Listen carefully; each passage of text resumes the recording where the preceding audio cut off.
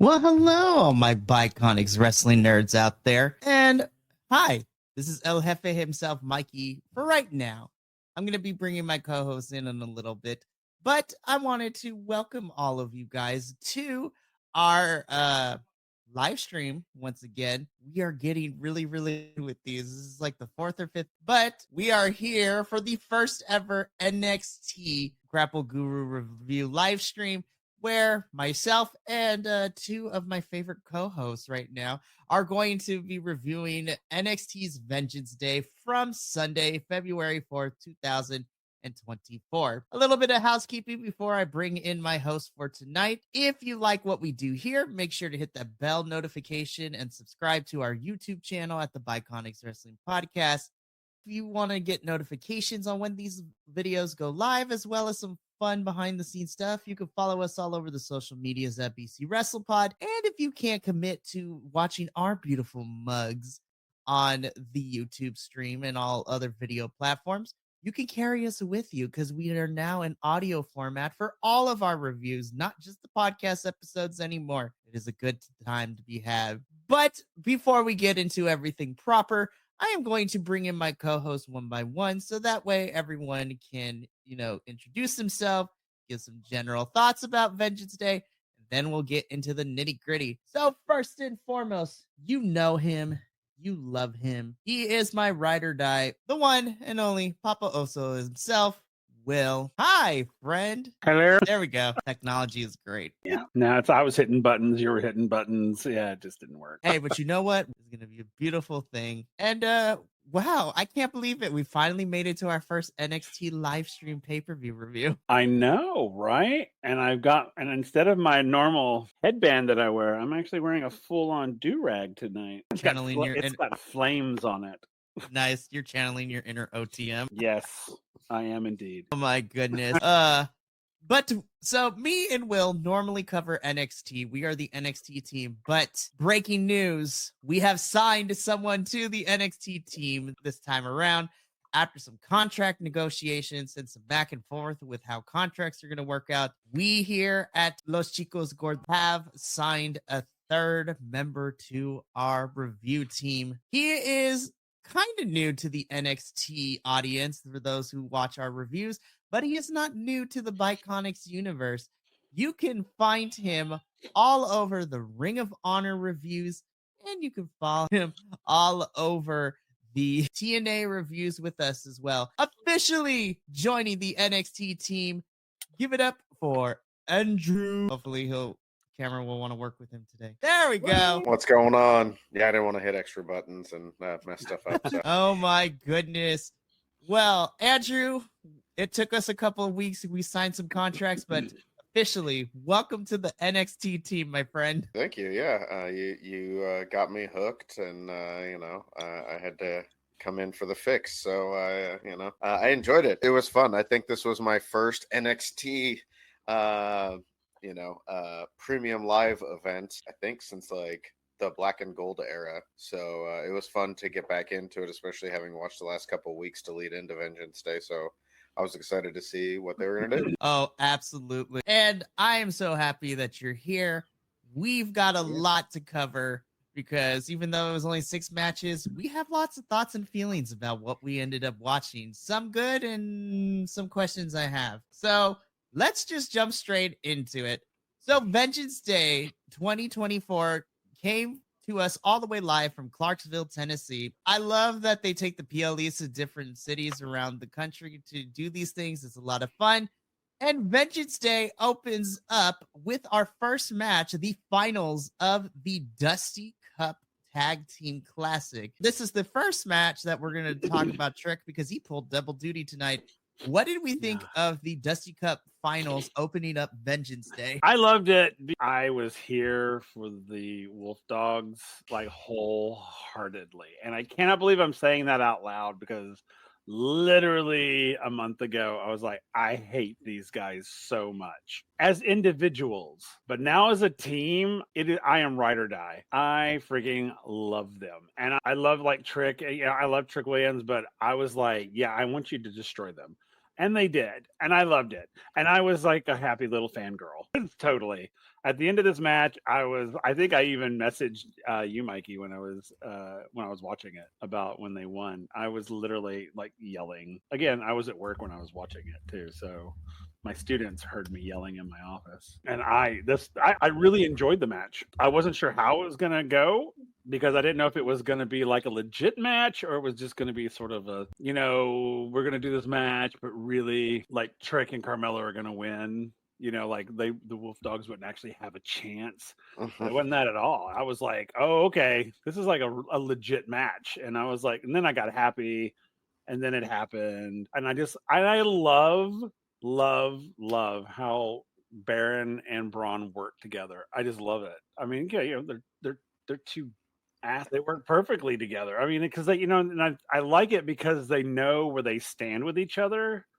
So there's like no, like they don't know. So there's none of that. It's literally like, you're an ass, I'm an ass. Now let's kick some. I loved it. So all over this match, just because.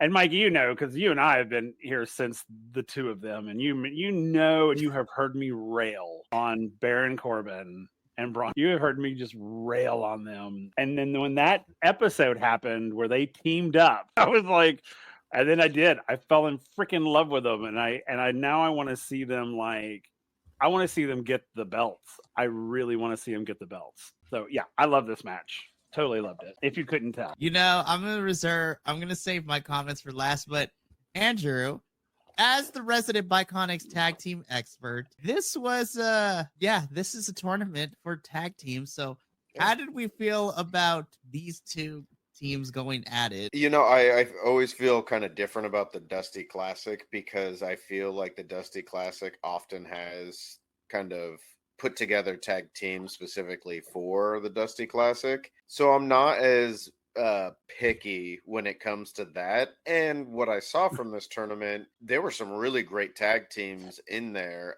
between like Axiom and Frazier, the teams that we got to see in this. So I was really impressed by it. As far as this match goes, I've seen Baron Corbin from his main roster stuff, and I never had anything against him, but this is probably the most enjoyable that I've seen him for myself. And I think he does work really well with Braun Breaker. The Trick Mellow Gang, obviously, they're both incredible, and you put them together, they're just as good. Overall, this was a really good match. Other than the rough spots, obviously there was the Bronze Breaker hitting the ropes and literally hitting the ropes with his face. That he had like a welt developing right on his forehead right afterwards. Mm-hmm. So I thought he got split open at first. But other than some of that stuff, I felt like I was watching potentially really good tag teams in the beginning of them forming a tag team. So I would love to see the War Dogs continue on. They remind me a lot of when they put Sheamus and Cesaro together. It's one of those things where you're like, never thought about that, but they kind of click in a weird way, and it's almost like their differences make them even more fun. And I love Baron Corbin not wanting to be called the War Dog or Wolf Dogs constantly. I feel like if they go long enough, it's going to win him over. But I'm hoping that because of the desire to push Braun Breaker up into some of the other brands, that they're going to split them up sooner than I would like, because they're really surprisingly a really good tag team in and out of the ring. So I'd love to see that. And if they're going to have him move up to SmackDown or something, send them both up there to SmackDown and let them run around as a tag team together, because they're really entertaining. Mm-hmm. Oh, absolutely. You both touched on a lot of the things I was going to bring up, especially, Braun running into the ropes. I was just like, yikes. I do agree. I feel that all four men were trying to fill each other out for the first couple of minutes for this match. And then once they found their rhythm, then that's when things kicked off. I was interested by the fact that the way that this ended is that I believe Braun was going for a spear on Trick. Mello pushed him out of the way, got speared instead, and then got pinned for it before Trick could come and break it up. So I was like, this is interesting. I was like, Carmelo took the hit for Trick. And we'll talk about the reasoning as to what Carmelo told us later in the evening when we get them both backstage. The other thing that was kind of crazy was the fact that Trick got his lip busted wide open during this match too. I was like, why are we bleeding all over them? And you know what? We'll talk about the busted lip because it did not stop the whole entire evening. They couldn't do much of anything. And we'll talk about it when we get to the main event because that was the most bloodiest that we saw tonight, which was very surprising. But the Wolf Dogs end up picking up the victory here. They are your 2024 Best Team Tag Team Classic winner, and they are guaranteed a title shot later. I know. And can I say, and I want to pick real quick piggyback on what Andrew was talking about. When they were down talking, or when they've been talking like after their matches and everything, like I don't hate them. Mm-hmm. Like, Baron, when Baron talks, remember, I'm like, please, people, take the mic away from him, please. But when he's like bantering with Braun, it doesn't make me want to literally jump off of a high building. I mean, it was like, oh, they're such a great team together and they're great. And it's like, oh God, he's about to start talking. Oh no. And then he did. And then because they make it a comedy duo almost, that it's entertaining and not cringy. Because it was cringy whenever Baron would like grab that mic and start talking. I'm just like, oh dear God, they need to stop. And he needs to take a public speaking class. Well, but now I love him. Yeah. Well, Will, I'm happy that Baron Corbin has won you over in the Wolf Dogs. I'm gonna put this man on blast. Crossway still has issues with the way that delivers promos. He thinks he's stiffer than a board of cardboard, but that is neither here nor there. So we're going to get Professor on here one of these days to be like, so explain your thesis as to why you think Baron Corbin is not great on the mic. He's not. When he's individually, he is horrible. He's not horrible. But when it's him and Braun, like going back and forth, because he has someone to play off of, that he animates. And it's like, oh, look at there. Oh my gosh. Okay. But when he has to like by himself, when he's like speaking as an individual, it's like nails on chalkboard. It's just like, oh dear God, kill me now. I feel like Braun and Baron, like, they pick up the slack where the other one might be lacking. And it's like whenever when I watch their promos a lot together, it's almost like they talk enough that as soon as they start to like run out of their skill set, the other one comes in. And so it's like, they never go far enough to like hit their weak spots, and they work truly really well complement together. each other. Yeah, it's so funny. I mean, it truly is hilarious that I am so like team Braun and I mean, I can't believe it. I'm literally, when I'm like, I'm like, what is happening with me right now? Well, and I feel like the two of them, if they wanted to, I know this happens so much, especially in WWE, is, when you want to give someone a singles push, the instinct is to break up the team. Mm-hmm. But we've seen from groups like the New Day that like you can have one of them get a singles push and the other one be supportive of that. And I feel like the relationship that they're building between Baron and Braun, like you could have that. Like if Braun gets like a push to get a singles title, I almost feel like the relationship that they're building, like Baron Corbin would be like excited for him, So I would like to see more of them, so I hope they don't break them up too soon if they break them up at all. Yeah, I agree. Me too. And this was a really fun way to start off Vengeance Day. So then we get into some controversy a little bit, because then we immediately go into our second match, which is a no disqualification match, Joe Gacy versus Dijak. Okay, so I feel we're going to have some split opinions on this, because there were some things I liked, but there were also some questionable things. I want to preface by saying that I know by WWE standards, when I hear no DQ,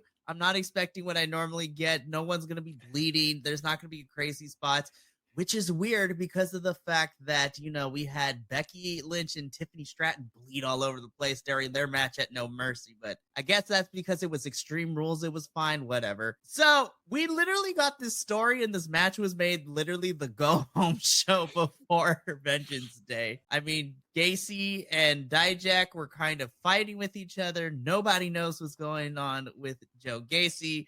He's kind of anywhere, everywhere, all at once. He was in the back of the trunk of a car with the family. He was doing commentating for a little bit. Me and Will were hoping, and we're still hoping he has a murder board somewhere. He was interacting with the Gallus boys. Gacy was all over the place. And then just for some reason, Dijak is the thing that made him snap. The go-home show, they were fighting the whole entire episode, which culminated in Dijak throwing him into a dumpster off the top of the building. And then he pops up when Ava's talking to Dijak, be like, you want this match? Cool, no DQ, here we go. Yeah. There's a duct tape. At one point, I thought we visited Pee-wee's Playhouse with all the toys we had on it. This match was a little bit all over the place. But the table was my favorite moment, though. Oh, for sure. That table, when he, oh my God, that was great. That was my favorite moment in this whole match.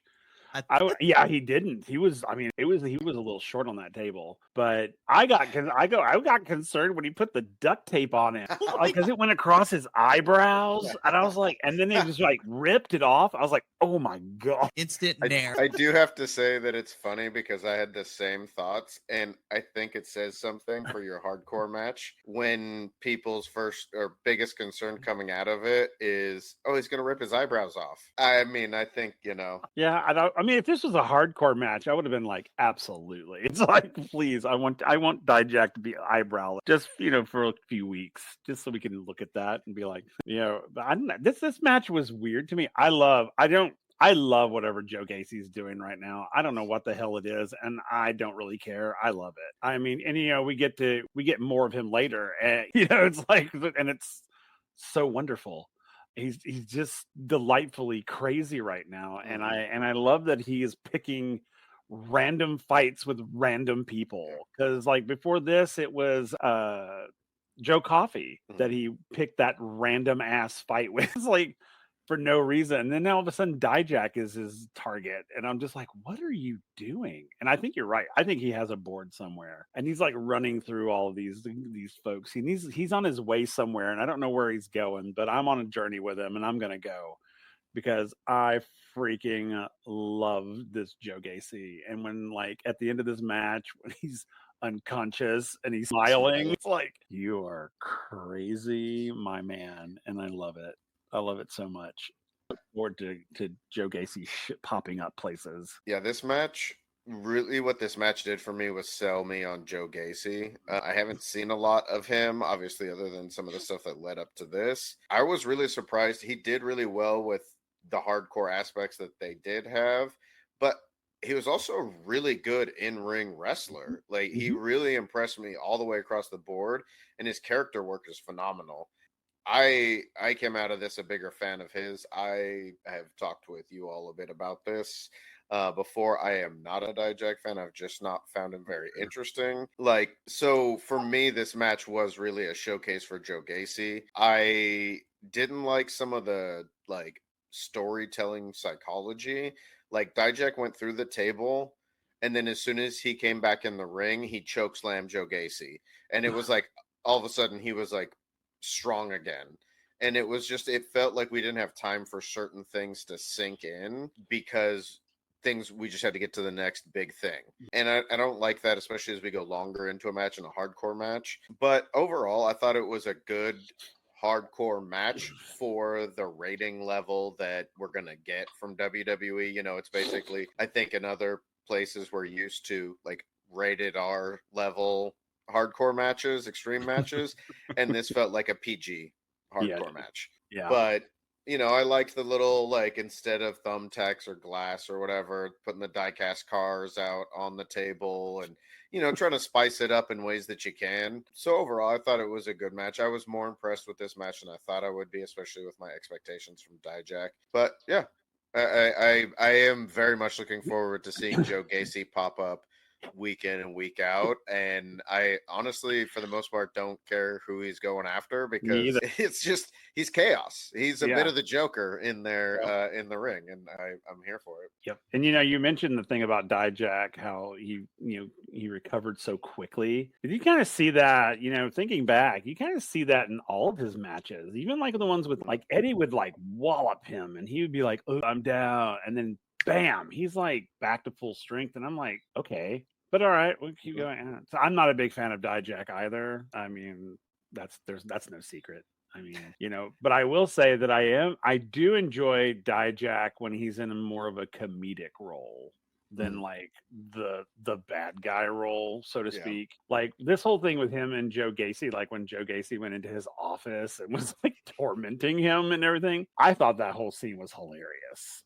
And like Dijak was funny. Mhm. And that whole sequence of events, I thought it got more serious when they went outside. But prior to that, I thought, you know, I was like, oh my God, this is hilarious. And I don't hate you right now, Dijak. You know, and then he goes into default, you know, which is what we see. And I'm just like, come on, man, grow some. I need you to grow. I need you to be something different for me. But I didn't care about Dijak. It was all about Jay Gacy for me. And he is shit crazy. And I love it. Yeah. I think one of my favorite spots, as funny as it was, you know, when Dijak hit the feast your eyes on Gacy while he was duct taped, and then he was struggling to find where Gacy was. Where he was, I was like, funny. Okay, this is great. No, the most surrealist moment is I felt Dijak's pain when he got that duct tape ripped off of his eyebrows and balls. That was real to me. I was like, I had that done to me before as a prank. It is not fun to tear that off when you're done. Yeah, it hurt like, me too. The hair, and I was like, my eyelids are sticking to this. Should it be possible? And, you know, it was also funny watching the referee who was trying to help him. I'm sorry. And it literally was like, I don't think I should be doing this. Is what it really looked like. He's like, you really want me to do this? Because, oh my God, it's in your hair. It's like, oh God, you're going to have bald spots. Goodness. But Dijak picks up the victory here. This is the only prediction I had wrong. But honestly, going into this match, I was 50-50 either way. I was entertained by spots. I'm going to be honest, this is not my most favorite like NXT hardcore match.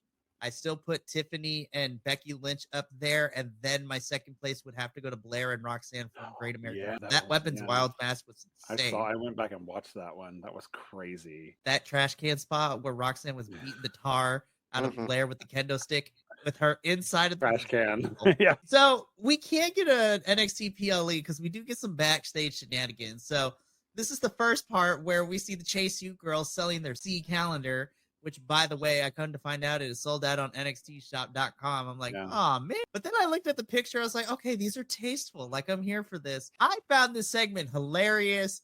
I am one of the few people, along with Will, that we love this whole JC is saving Chase U storyline.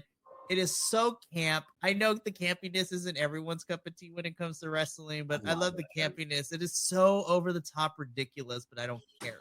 I mean, you gotta have it. I mean, that's the thing. And I know people are like, oh, it shouldn't be. It should always be that. I'm like, no. It's entertainment, folks. This is what you get. You don't. It's not all blood and guts and all that because you know it's fun. You got to have that palate cleanser. You know, and that's why you bring the humor in. It's because it's like, oh, you just watch these two guys literally destroy one another. So then you give them a little bit of ha ha ha ha ha. And that's what you do, and then you go into the next one. I mean, that's what you do. It's important. No, you know? I get that. I was just chuckling the way that you said it. I was like, I like that.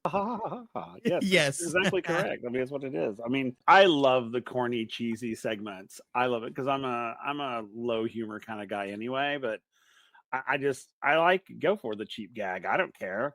I think it's great. I mean. And then, this whole thing was hilarious. And I love this JC Thea thing. And I'm so glad that it did not turn out what we were hoping it wouldn't turn out to. So I was like, thank you, Jesus. And that JC is like truly kind of like taken on with Chase U and I love it. I think it's great. I love this whole. Actually love this backstage sequence, but I love the whole Chase U thing that's going on anyway. So I really do. The women have taken over, and I'm here for that. I'll be the voice of dissent here. I felt the exact opposite. In my time since returning to NXT, I haven't Chase U much in the ring. I think the only matches that I've really seen, I think I saw one where someone was wrestling singles, and then I saw them in the beginning of the Dusty Classic. But their promos, especially the ones on this evening, they were rough for me. I get what they're going for, and trust, we watch other companies that have some weird, outlandish, silly, nonsensical, goofy, surrealistic things, but this felt like a bad Disney Channel, Nickelodeon performance. Like I felt like I was watching mid to late 20-year-olds trying to be high school students. The acting was just really rough for me. I could see them thinking about the script. Oh yeah. It was just rough. It just didn't make me want to see more of Chase U. And, watching weekly, I have some other questions about some of the stuff that they do around them. And I've heard a lot about them, so I'm waiting for the thing that is making them so popular. But yeah, this was not it. And when they kept going back to it, I just kept going, why? What's happening? But I mean, it was just some backstage promos, so it wasn't the end of the world for me. But they were rough for me. But yeah. I also think what didn't help any of the backstage segments we got with the Chase U girls and what was to come later is I feel like the microphones weren't picking up the way they're supposed to, because I was like, it's kind of quiet in some of these parts. I was like, boom mic operator, what are we doing? Like, what is happening? Why is the audio not working well? I totally see where you're coming from. As someone who's been following this weird Chase U story from the very beginning, listen, it has taken so many turns. Will has been here for all of it. Like right now, we're in the good phase where JC has saved the university, but before that, we had gambling addiction. We had a hot shopping montage between Thea and JC, which, by the way, was kind of baller. It's been a weird thing as well, but I love my girls in JCU. I love them, but I'm very interested to see where we take this. All right. So I want to make a disclaimer about this next match, okay? On paper, I was wrong. I still have some mixed feelings about this match, but I will say this was a lot more hard-hitting and violent-esque than I thought it was going to be. Like, these 6 people were out for blood, and I am talking about our mixed 6-person tag.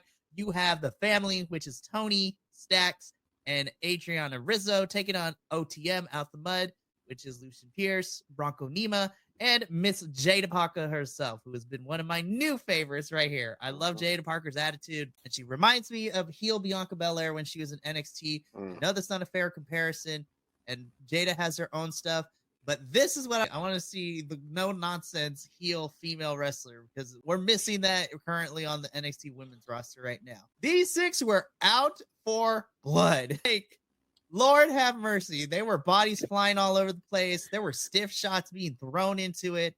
Jada Parker was ready to fight everybody, which I feel like Jada, for me, was my favorite in this match, because she'll fight women and dudes. I was like, yes, Jada. It might be because I'm glad that she is new to all this and whatnot, but we shall see what happens. Okay, boys, where do we even start with this? Go ahead. I was going to say, so I know this is WWE, and I don't know if and when we'll ever get there, but I really wish this would have been an intergender instead of a mixed tag, or just call it a trios match. Really, the action that happened, we never really got to a point where it was like, oh, this person tagged in, so now the other person has to tag in, and like, everyone could have fought everybody, and it almost went there anyway. And from what I could see, the ladies were some of the standouts of this. Like, and I've also seen the least of them, but they did awesome together in this match. Like, everybody in this, I was super impressed, because I was not expecting this match to be as good as it was. Like, the everything that they went for was intense. It was fun. They worked really well together. OTM is friggin' huge. I mean, all 3 of them were pretty big, but the 2 dudes they're giant. And to see them all run around in that ring, it was pretty cool. There was one spot where one of the family, I forget who it was, went to jump to make a tag, got caught, and then you see him trying to reach over his opponent, and his partner was like, I'll tag. Okay, you got too close, so I'm not supposed to be able to tag you yet. And it was one of those things where it's like he could definitely reach right now. But overall, from what I can tell, all 6 of these people are pretty fresh to professional wrestling, and they did great. I really enjoyed this match. It had me wanting to see more of all of these people. Like, I'd love to see OTM and the family fight for those titles. And what I'd really like to see is I'd be down to see Rizzo and Jada Parker fight one-on-one, because they really impressed me in this match. I was super impressed by them. Will, what are your thoughts on our 6 6-person tag match. Well, I too was in the same boat as you, and I was like, "This will be all right, I guess." And then I was like, I was texting you during it. It was just like, "Oh my god!" I was like, "Oh my goodness!" I was like, "I want to see these guys. I want to see them do like street fighting." I mean, it was so brutal and so just. They were literally. I was like, I think I even said, I think that they're trying to kill each other. They're not trying to wrestle. They're trying to destroy one another, and it was so good. I loved this match, and I agree. And I did go into it thinking that I had questions about, because I think OTM was a little questionable, the choices of that. I'm like, but the style in which the fight happened, and I think I messaged you about it. I was like, you know what? They shouldn't do this in like a regular in-ring fight. This should literally be like street match. Because I mean, both groups talk about the streets so damn much. Then put them on the streets and let them fight it out. I was just like, that would be super exciting to me. If you put them in the place that they keep talking about. They're like, oh yeah, you were on the streets. Yeah, you weren't on the streets unless you were like, we were on the streets. And I'm like, oh my God, then go outside and fight each other. It's like, so I want to see them in something less structured. I think they would this would be a badass match if they had like a no restrictions type match going in, like literally just, here you go, now you can kill each other. Like a parking lot brawl or something. Yeah, something like last man standing wins type of thing. And yeah, I Miss Jada, ooh, girl. She's a queen, let me tell you. I'm like, yes ma'am. And there was that moment, I loved the first, it wasn't the first moment, but I think it was probably about midway when her and Rizzo got into it, and that was so good. I think girl fight, like full on, like I could see them like in the halls of a high school, like fighting, scrapping in the hallways. I was just like, oh my God, this is so good. So this match exceeded my expectations, because I had my expectations very low, because I was like, I'm not a big fan of OTM, and not necessarily the wrestlers, but I don't like the packaging of it. Presentation's a little bit questionable. Yeah, and I'm just like, but the match. I said it when they first appeared on the screen. I was like, this is Crime Time 2.0, and I don't know how I feel about it. It's just like, yo, now I can't unsee it. Yeah, no, especially because the clothes aren't that far off. I was just like, I didn't like that gimmick because we were perpetuating stereotypes. This is not any better. But honestly, I wasn't a fan of OTM. And I'm not saying one person does it for a faction, but just Jada and the way she carries her character, she just adds something to OTM I felt like they were missing since their introduction. Yeah, maturity. Yeah. Yes, I was like, if you want me to take you seriously as a faction, there has to be a level of maturity. Yes, we're watching professional wrestling. Yes, these characters are kind of dumb. But there has to be to balance out with a sense of maturity. I was like, y'all are grown adults. I know most of you are still learning the trade, but everybody here is of the grown age, above 21 at least. Yeah. I was like, we gotta do something. But this match, I was pleasantly surprised with this match. The family do pick up the victory here, which makes sense because you can't have your tag champs lose a non-title match. But yeah, Jada Parker stood out for me in this match. And I got to give some kudos to Adriana, too. I feel like the women kind of added something different to this match. Though I do agree with Andrew, I feel like let's just make this an intergender or, match and just have everybody fight everybody. It's a good time. Honestly, I feel like NXT has the roster where you can have anybody fight anybody at this point. It's great. Yeah. Oh, my goodness. So, again, I'm still trying to get used to with these NXT PLEs. We're also doing like weird skits and promos, because then we got a segment with Kiana James and Izzy Dame. They're chilling with mimosas somewhere out in the Florida sun, I guess. I was like, all right, go off, girls. And basically they're trying to figure out, okay, if we want to be at the top of the women's division, they have a hit list. They literally call it a hit list. I was like, what is this, the mob? I'm like, what do you mean this is a hit list? But they have a list of the top ranked girls in NXT, and Izzy and Kiana are looking for ways to tear these women down so that way they can get to the top of the division. And they mentioned that the person at the top of the said hit list who's like in the running to be future NXT is Kalani Jordan, which on one hand makes me super happy. I'm a big fan of Kalani, and I think she has grown, and I feel that she is rising in the division. On the other hand, I don't necessarily like these two going after Kalani without any like tangible reason outside. I was like, oh, we don't like her. But then again, sometimes the I don't like you trope tends to work out very well. But I'm like, what is this high school ladies like? I was like, what is happening? But I'm excited because that means it gives Kalani something to do because we haven't seen her since the Battle Royale. But I'm also worried that I don't want Kalani to start losing all the time, especially to these two. I was like, she doesn't need to lose. We'll see what happens with all that. And then this is where we get to the backstage segment where Trick Williams is still bleeding from the mouth, as you can tell. But him and Carmelo are in the kitchen somewhere. It's not even a medical tent. It looks like a backstage kitchen of the arena that they're at. I was like, is this sanitary, first of all? I was like, y'all are sweating and bleeding all over the place. That can't be good for sanitation, problems. But Trick and Carmelo go back and forth. They talk a little bit. Carmelo assumes that Trick wants to do this alone. And then Trick Williams makes the cardinal sin of letting Carmelo come out for his match. I was just like, here we go. The plot thickens. The wheels are starting. This is the origin point of what we get later in the evening. But we're going to wait until we get to that match to talk about it. But at this point, I was just like, finally, we are entering the final chapter of this saga. It is about to go off. Speaking of things that went off. Okay. So this was a tale of two matches because technically it was two different matches thrown into one. But you know what? I don't care what nobody says. I enjoyed a lot of this. So surprisingly, what I thought was going to be the semi-main event before our main event, which was not, we end up getting our NXT Women's Championship match slated in this spot. Originally, it is Lyra Valkyria defending her title against Roxanne Perez. Me and Will have talked about this. We still believe that Cora Jade would have been in this spot had she not torn her ACL at the house show. And so Roxanne was the last minute replacement by winning the Women's Battle Royal on NXT a few weeks ago.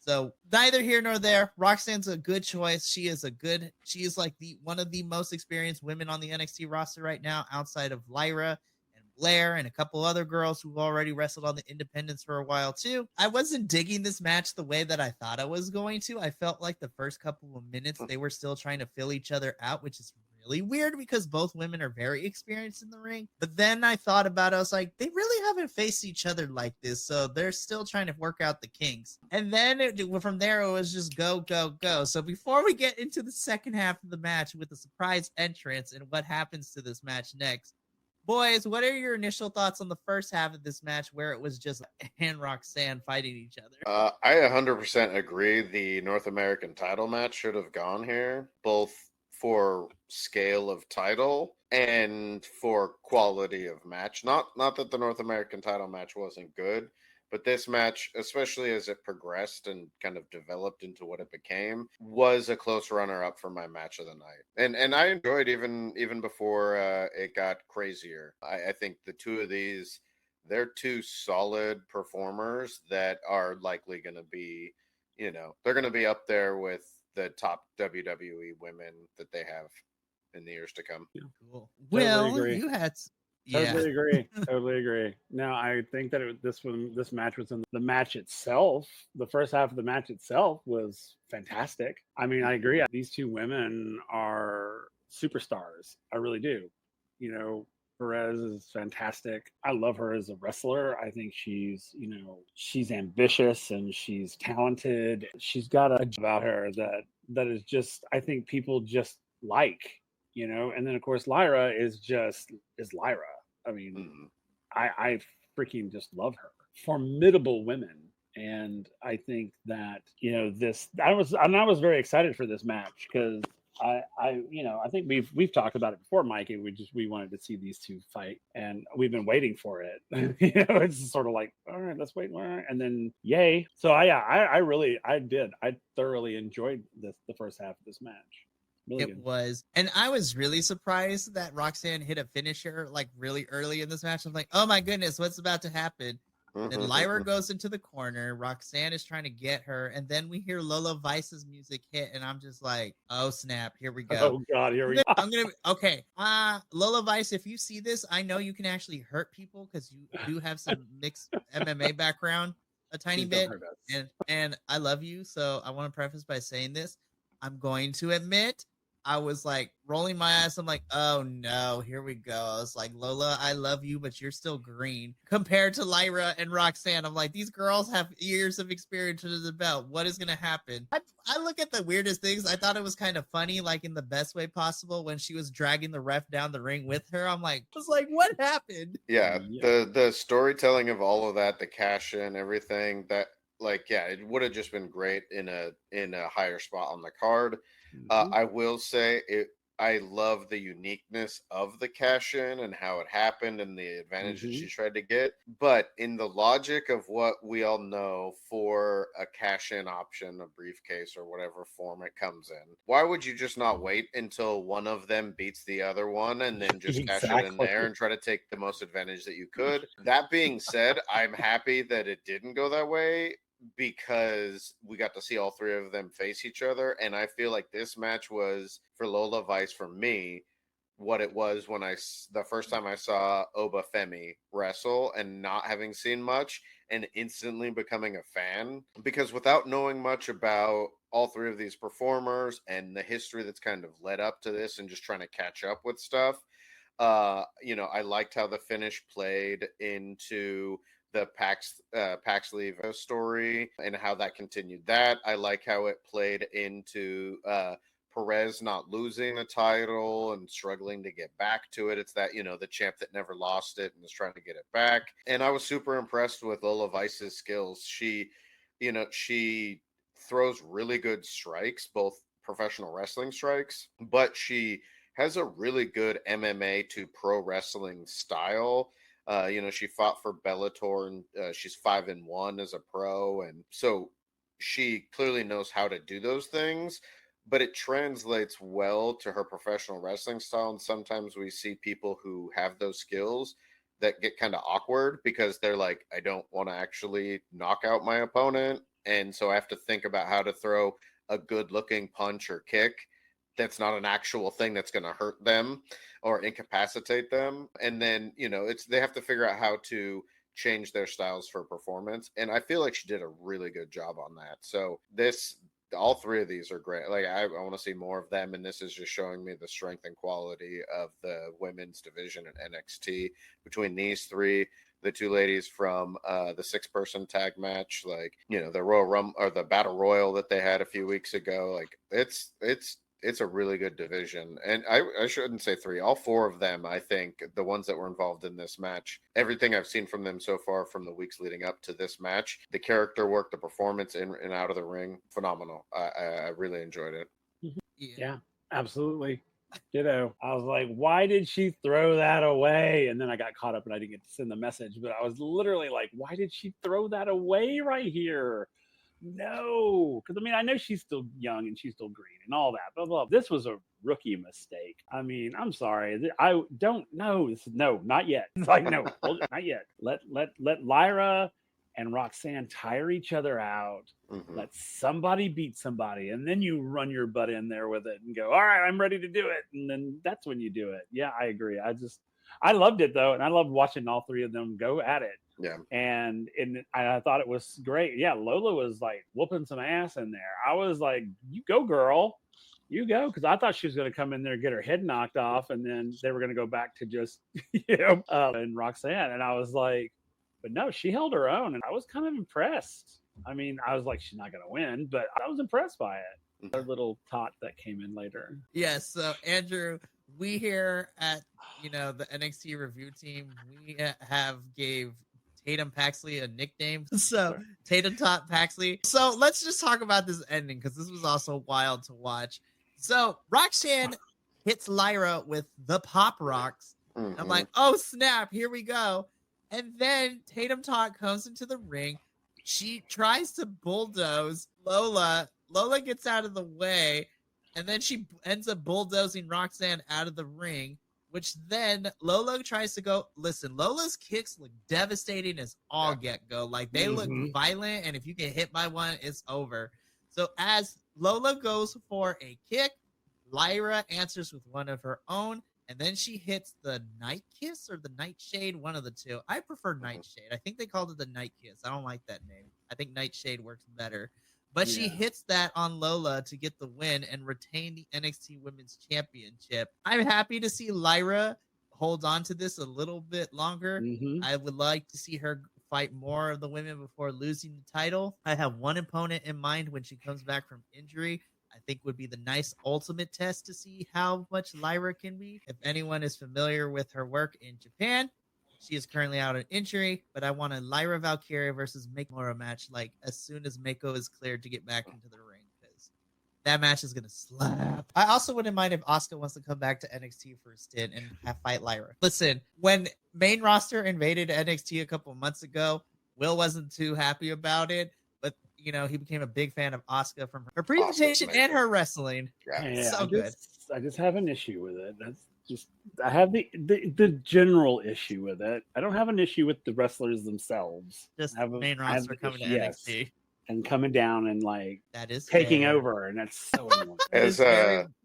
As someone who watches another kind of junior promotion, if you will, of a bigger promotion, I understand when the promotion that you follow and appreciate gets mistreated by the big brother sister promotion. So no, I can imagine. But yeah, Asuka's fire. Oh yeah, fantastic. It's amazing. Presentation and in-ring wise, she is so good. Nobody is ready for Asuka. You know, speaking of things that nobody was ready for, I wasn't ready for this Chase U thing to take a romance turn. Because I was like, hold up, wait a minute, what?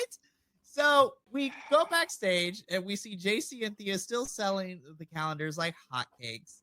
Riley Osborne from Chase U comes up and he is a complete dork. And I love him for it. Like, again, this is stupid, but I love the stupidity of it.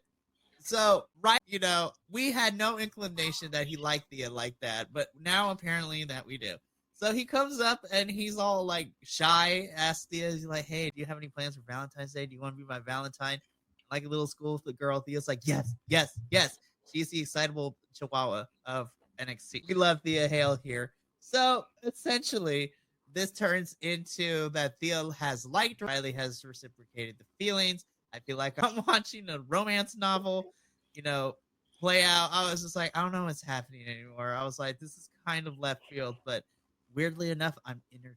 It felt like Saved by the Bell, Chase U. Yes.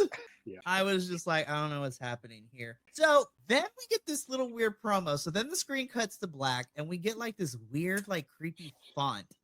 And I'm just like, I have no clue who this is supposed to be. Like, I've speculated online that it's like, oh, it's Okada. I was like, I wouldn't go that far quite yet. But I'm wondering if this is somebody new, if this is somebody returning. Like, I don't know what's happening, but I'm kind of here for the mystery of it. So I'm thinking, I was like, okay, so like this person is going to be wearing many faces. I have no idea what this is going to be, but I'm here for it. I was just like, this is how you get me invested. I hope we get to see more of this, you know, down the line. I will say the first thing that popped into my mind, and I don't know how accurate this could even be, but the person that came to my mind was Bo Dallas. You know what? I can believe that, you know, person and the real life, you know, Bray Wyatt, rest in power. Honestly, I think I would love to see Bo back. Honestly, I miss him. Weirdly enough, like the B team was like one of those tag teams. I was like, I'm still mad the Fashion Police never won the tag titles. Fandango and Tyler Breeze, man. Yes. I'm like, and you want to talk about murder boards, Will? This whole gimmick, they were the Fashion Police. So they had a murder board of like fashion faux pas and people who were committing fashion crimes. It was a thing of beauty. And I'm upset that they never won the SmackDown tag team title. I'm upset that they're not still working together. Like, God, they were so good. Oh my gosh. Anyways, so when we come back, you know, we see, well, the thing that we got to talk about too, it was Vic Joseph, who normally does NXT commentary, but it was Wade Barrett the whole entire night too from SmackDown. I was just like, Booker T is dealing with some sort of medical issues. So Booker T, we're hoping for a speedy recovery, whatever that is. We hope that everything's going okay. So Booker, we get back to Vic and I'm so used to Booker being, I missed Booker's ad-libs for Trick Williams' entrance when we get to that match. I'm like, it's not the same. But Wade and Vic, we get back to them. And this is where we get two announcements. First, we get the next TV special for NXT. So on March 5th, 2024 is NXT's next big television event, which is NXT Roadblock. Except it's going to be in Savannah, Georgia. And Savannah, Georgia is on my hit list right now because over on AEW Dynamite, they were not a good crowd for that show. And it made me mad because I'm like, how do you have Thunder Rosa on your show and you don't cheer for her? I'm like, boo you people in Savannah. It's like rude, but I'm excited. I love that NXT does. And apparently we have the next couple ones too, because then they announced in July we're getting Heat Wave from Toronto. I'm just like, NXT is not playing out here. Now, NXT, Shawn Michaels, I know you watch this because you take our advice on it. I need to know what's happening with Great American Bash this year. Are you going to make it a TV special? Is it going to be its own PLE? The second thing is that if you are going to make Great American Bash PLE, can you bring it to California or can you put it back in Texas? Because the NXT boys want to get together and go to a show. I'm just putting it out there. Just a suggestion. Okay. So now I still don't know how to feel about this next match because I feel like it was in the wrong place. I enjoyed it, though I knew immediately what the outcome was going to be because one person is on the SmackDown roster and one of them is not. So we get into our semi-main event for Vengeance Day. This is for the NXT North American Championship. This is Oba Femi defending his title against the person he took it off of in Dragon Lee. Now, we've already talked about this. The road to get here has been a mess because originally, a couple pay-per-views ago, it was supposed to be. So let's backtrack here because this was a whole journey to get to the point that we are. First, it was supposed to be Mustafa Ali versus Dominic Mysterio for this title at No Mercy. Then Mustafa Ali gets released, still not over that. And then it turns into Dragon Lee versus Dominic Mysterio for like the second time. Dragon Lee gets the title. Then we fast forward to Deadline where it was supposed to be, Dragon Lee versus. That didn't happen because literally the week before we were supposed to get this match, Wesley cuts his promo where he's going to be out for a year because he has to have lower back surgery. Wes, we're hoping you're recovering and we miss you. I was so gut wrenched for that. So then Dragon Lee got the title back. So then Oba Femi cashes in his NXT breakout contract, beats the tar out of Dragon Lee after defending it, becomes new NXT championship, and then we're getting this rematch. Essentially, this is Dragon Lee finishing up in NXT before we put him back on the SmackDown roster. I'm going to be honest. I love Dragon Lee, but this was such a one-sided fight for a lot of this. Oba Femi, listen, there are people who love Oba Femi. They are known as the Oba Feminists.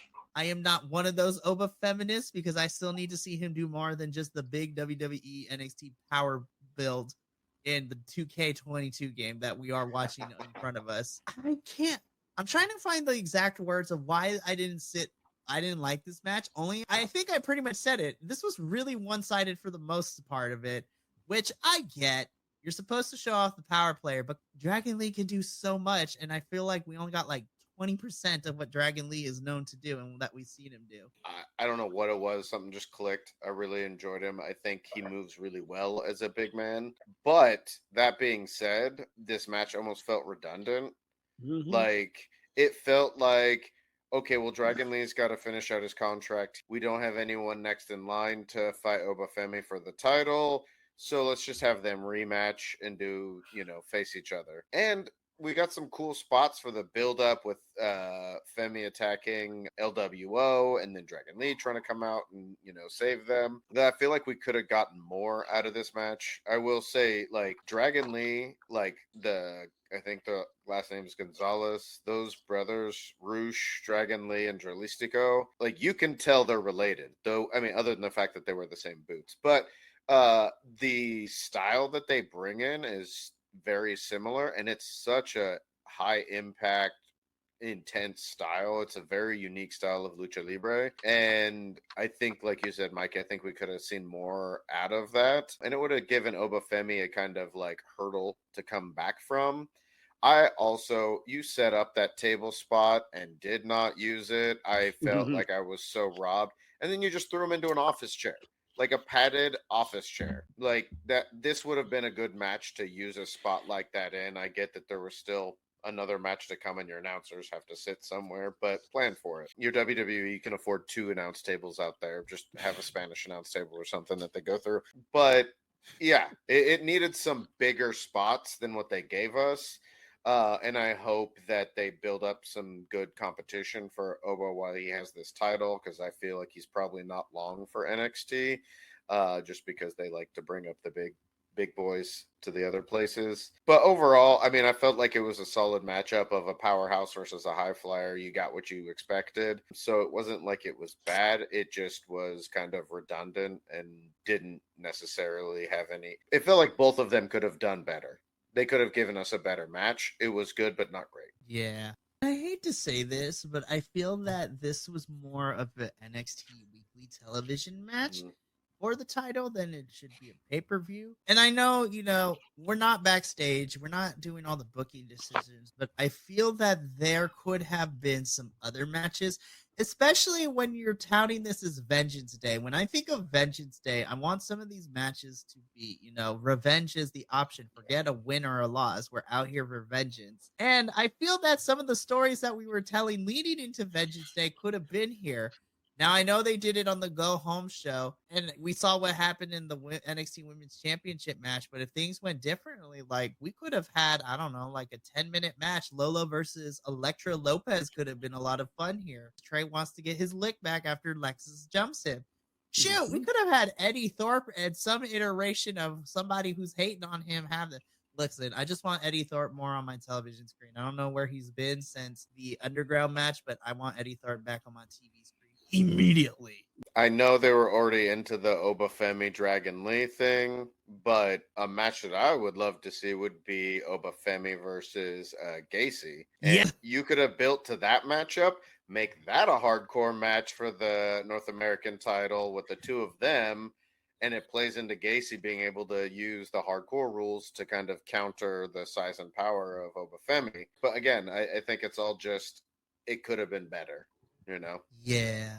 Will, any closing thoughts? No, I don't think it belonged here. I just it felt out of place, and I agree. It was redundant. We didn't need to see it. We knew what the outcome was going to be. It's just one of those. It's like don't put a wrestling match in just to have it. It needs to be in there for a reason. And this is exactly what this felt like. It was like, oh, we got to put him up against somebody, and Dragon Lee, because they have that beef. We've already seen this fight. I don't need to see it again. And it ended up being the same thing, just a couple more extra minutes. Yeah, the same outcome. I mean, it was lit. I mean, yeah, they gave Dragon Lee a few, cool hits on him, but it was the same fight. I was so bored during this fight. I was just like, okay, I've seen this. I was literally like, okay, Obafemi's going to destroy him. He's going to win. Moving on.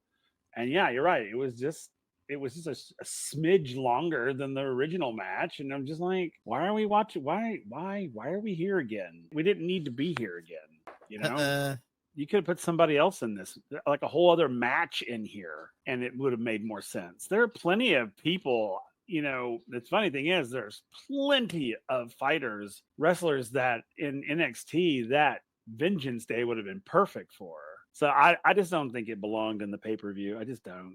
And I like both of these performers. I love both of these guys. I think Obafemi's fantastic. Dragon Lee, of course, I love. But I'm just like, we literally just watched this match. It's like, I will say something else that bothers me. Stop telling me that Dragon Lee is the next Rey Mysterio. Let him be. Oh my Dragon gosh, Lee. can we stop with that, bro? Stop. Yeah, just let him be who he is. We don't need to have the next whoever. No, we don't need the next Rey Mysterio. We need Dragon Lee. Yeah. Because he's very different from Rey Mysterio, and that's good. Like, Rey Mysterio was good because he was Rey Mysterio. Let Dragon Lee be Dragon Lee because he's good as he is. So, yeah, stop trying to tell me who I'm supposed to like them. Let me see them tell me. Seriously. Don't try to shove it down our throats, because we saw what happened when you tried to do that with Roman Reigns back in 2015, and look how well that turned out back then. Anyways, so from here, we could cut backstage one more time in the evening. Back to our Chase U girls. And then this is where Dawson's Creek takes a turn here, because then Lexus King, formerly known as Brian Pillman Jr. in AEW, which, I don't know what was worse, Lexus's acting or the lineup of his beard. That beard is out of control. Like, who is your barber? Jesus Christ. Who is lighting up the beard? Like, what happened? I'm just like, who is like drawing that shit in with an eyebrow pencil? That's exactly. I'm like, could you Or, like, please stop?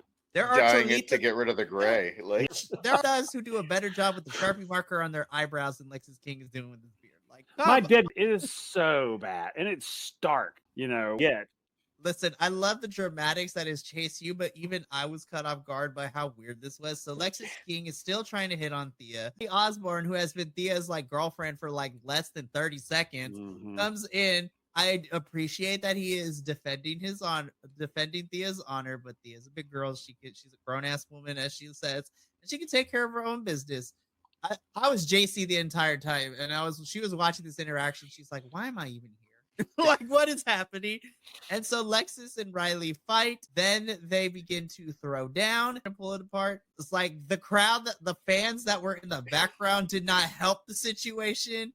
I was like, what is going on? I would have loved to see Thea jump Lexus and be like, no, like get on the back and start like pulling hair. And I'm looking at Riley. I'm like, Riley, we know you can fight. I know in WWE that you are the high flying maneuver.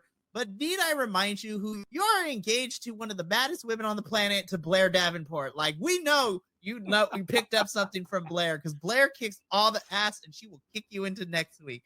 Riley, we know you can fight. Come on, dude.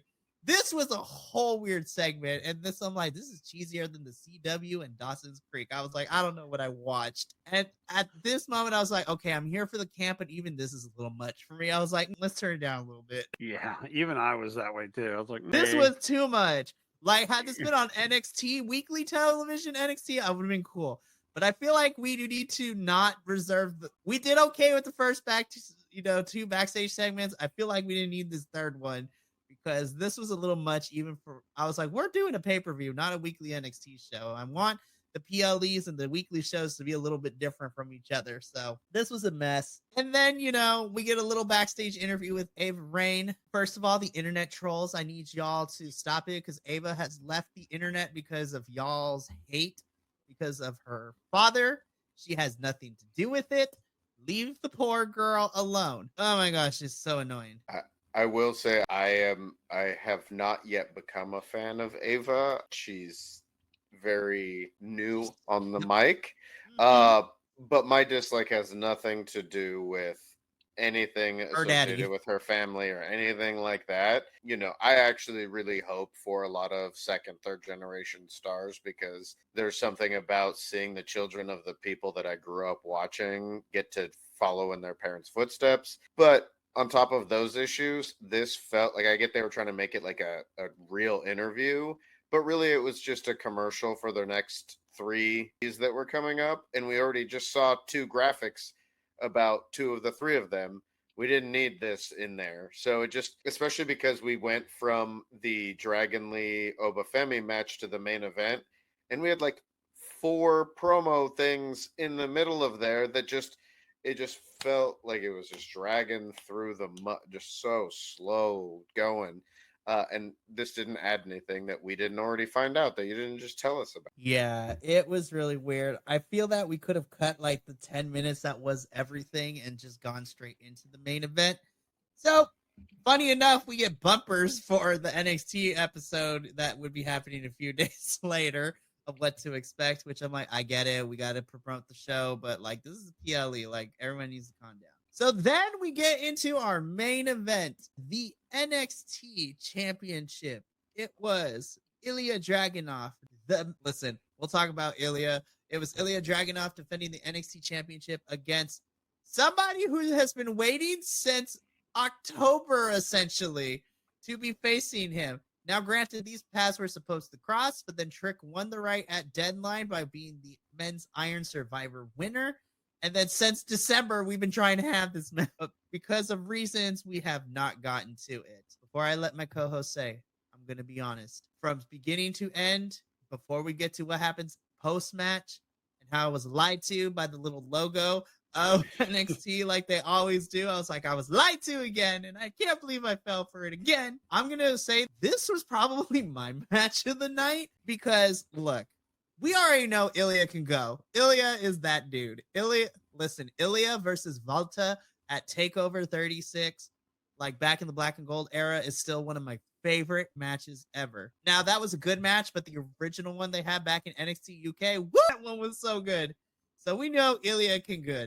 And Ilya bled this match. And when Ilya bleeds, he sees he's a bull in a china shop. He sees red, and you better watch out because he's going to kill somebody. But I think more importantly, from a standpoint of storytelling, this was Trick Williams' big litmus test up to this point, to see how he can fare one-on-one with probably one of the strongest wrestler NXT has on their men's roster right now.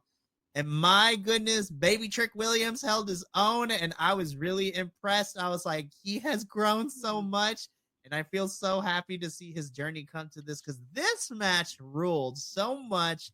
It was hard-hitting. He was doing Ilya things. Trick started pulling out things I didn't even know he was capable of, which was surprising to me in a very good way. Oh my goodness, boys, let's talk about it. Ilya versus Trick Williams.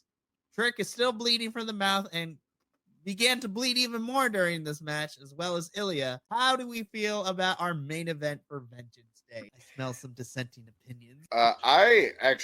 This match, I agree. This match was my match of the night. It was a super hard hitting match. Dragunov's face was blown up by the end of this match, and it just fit for his style and just made him look crazier. One of the things I really liked was they did this really well, was catching the camera angles when they would shoot the action in the match, especially when they would focus on Trick, is they would catch Mello in the background. And it was one of those moments of like where you're like watching his reaction, and they would do it ever so often where it's like you're just like waiting to see like what's he gonna do, what's his tail gonna be, like how are we gonna see what's gonna happen.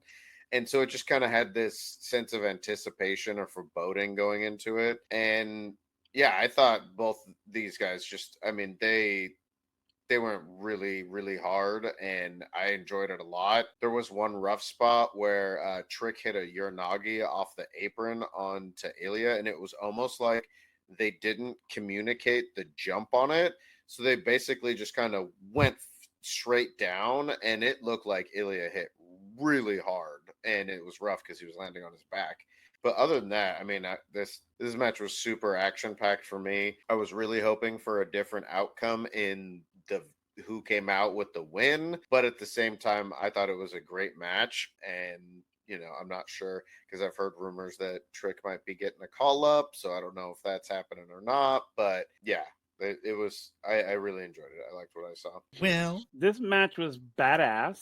I had some concerns, not in the match itself, but the way they were presenting the match. I think that because we have been building this Trick Mello dissension for so long, too long if you ask me, so long that it overshadowed Ilya, because we weren't focusing on Ilya. We were focusing on what was happening between Trick and I think that's kind of, for me, it's kind of what pulled me out of the match. And so when the match was fantastic. I mean, yeah, these two men were fighting for like as if they were fighting over the last breath of air. I mean, Trick was holding his own. He was not a rookie. He was there.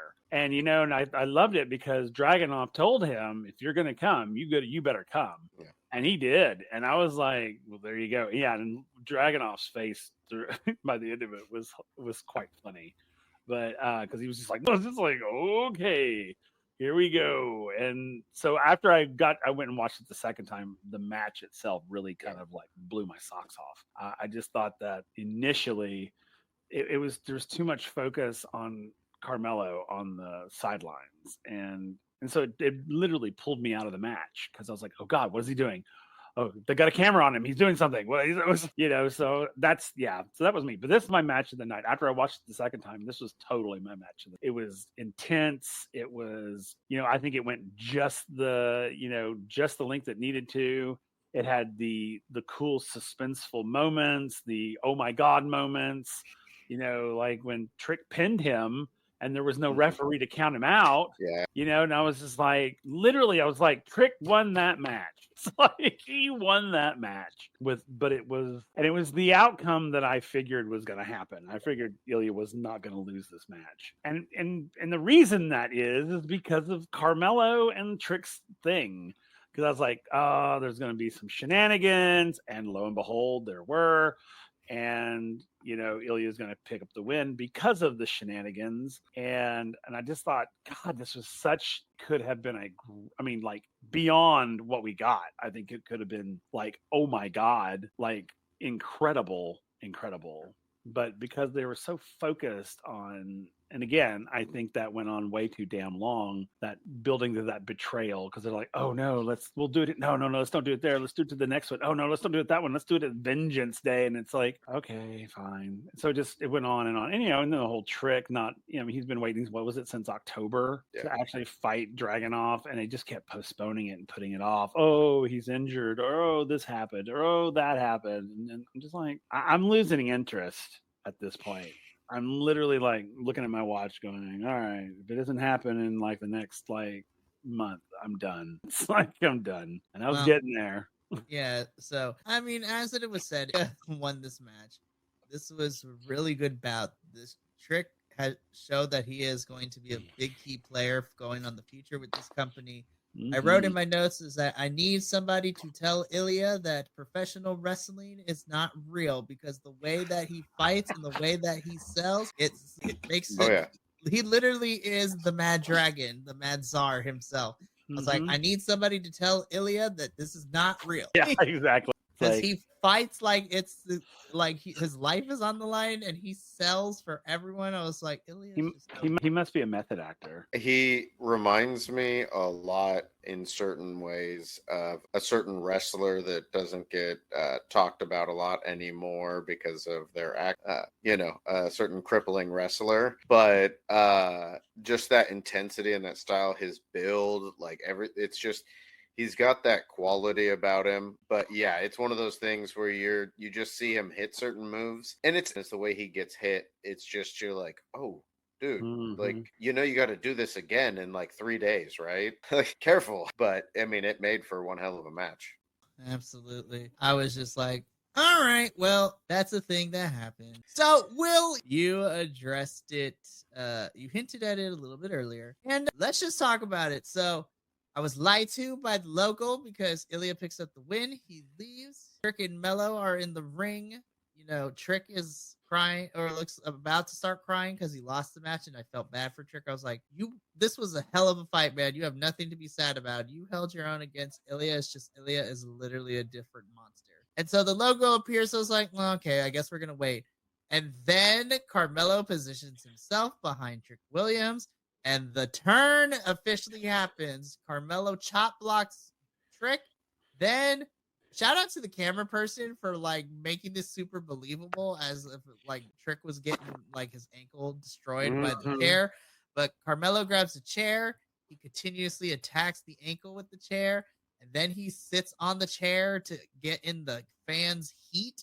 He takes the TMG for Trick Mello Gang shirt, lays it on Trick as he exits out, and this is how we end Vengeance Day. So I am going to be honest, even though it took us a long time to get to this point, I am happy to see, that we finally got the turn, and now we are entering the last chapter in this whole entire saga.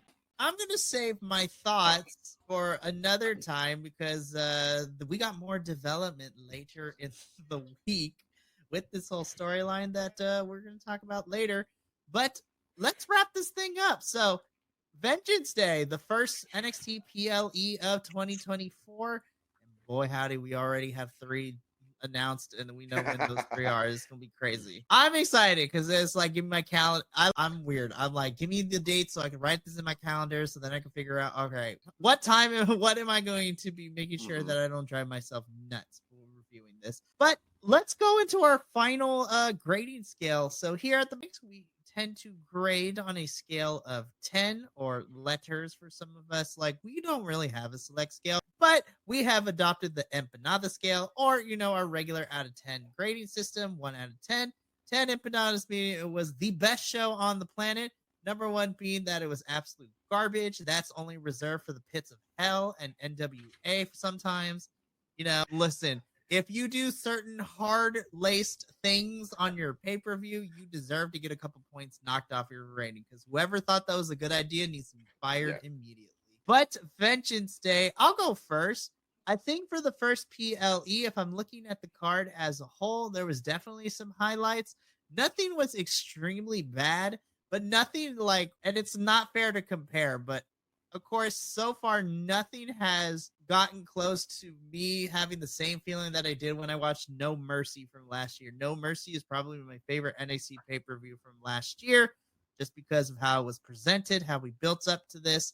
And I think Vengeance Day was strong because we were continuing some storylines, but overall, I think I'm going to give this like a 7 out of 10. I still think that's very fair. I thought I have a lot of fun with this, and NXT pay-per-views, that's always my thing. I always have a good time watching it. But as far as development for a lot of these, we got a lot of matches at Vengeance Day that half of them are not going to be continuing into storylines down the line. They're kind of just like, all right, we're done. I was like, oh, okay, well, that was fine. But I give this a 7 out of 10. I still thought it was a good time. I had fun, but I wanted a little bit more. I also think it's kind of not. I also am trying to be fair as well, because Stand and Deliver is next, and that is the top NXT show every single year, so they can't be playing all their cards immediately. But 7 out of 10 for me. Will, I'm gonna come to you next, since you are normally my other NXT co-host, and then I'm gonna give Andrew the newbie spot to go last. So, Will, which final grading for Vengeance Day? I actually gave it a 6. And I mean, I wasn't necessarily wowed by anything. I mean, the main event was pretty wow, but there was some, oh, these are good, but I wasn't really moved by this one like I thought I might be. I was like, this one's good. Oh, it's gonna be great. It's their first. Oh, it's gonna be, oh yeah. Of course, it could also be I have like super high expectations for like the first one out of the gate, because it kind of sets up, I think, what to expect going forward, or at least it lets me set a bar. So if they exceed the bar, I'm like, woo! But it's like, if you go below the bar, it's like, so this is about a 6-ish. I loved Baron and Braun. I loved the Ilya and Trick, and I loved Lyra and Roxanne, but I wasn't like super vocal at anything. It wasn't like, it didn't move me. Like, I mean, the last match did. The main event moved me, and I got vocal with it once I went back and watched it the second time, after I got past they're focusing too much on the drama as opposed to the actual match. But overall, I mean, I'd say about 6.5, because it was all right. It was. I mean, it's not one of. It's one of those. If someone was like, "Hey, I got tickets to this," I'd be like, "Yeah, I'd go," but I wouldn't buy them myself. That sort of thing, That's kind of where I fall on it. No disrespect to the wrestlers by any means, because it had nothing to do with you. It had to do with programming and stupid shit. That is very fair. And finally, popping his NXT review cherry, Andrew, what did you give Vengeance Day? Just to keep it interesting, and I didn't this I have my own scale for how I figure out what I give them. So this isn't reflected by the scores that you all gave them, but just to keep it interesting, I give it an 8 out of 10. And maybe it is because I have had less investment in NXT coming into this. So when I wrote my notes about it, was a really fun night of matches. Some were outstanding. I think 3 or 4 of the matches were really, really good matches, and I really enjoyed them. And then the other ones, like, I felt like maybe I would have felt different about them had I known more of the background. So I may have given them a benefit of the doubt in that kind of respect. But overall, the matches, that's mostly what I try to rank. I will kind of adjust it on the flow of the whole night and everything. But I think the promos were really the weakest part of this entire card.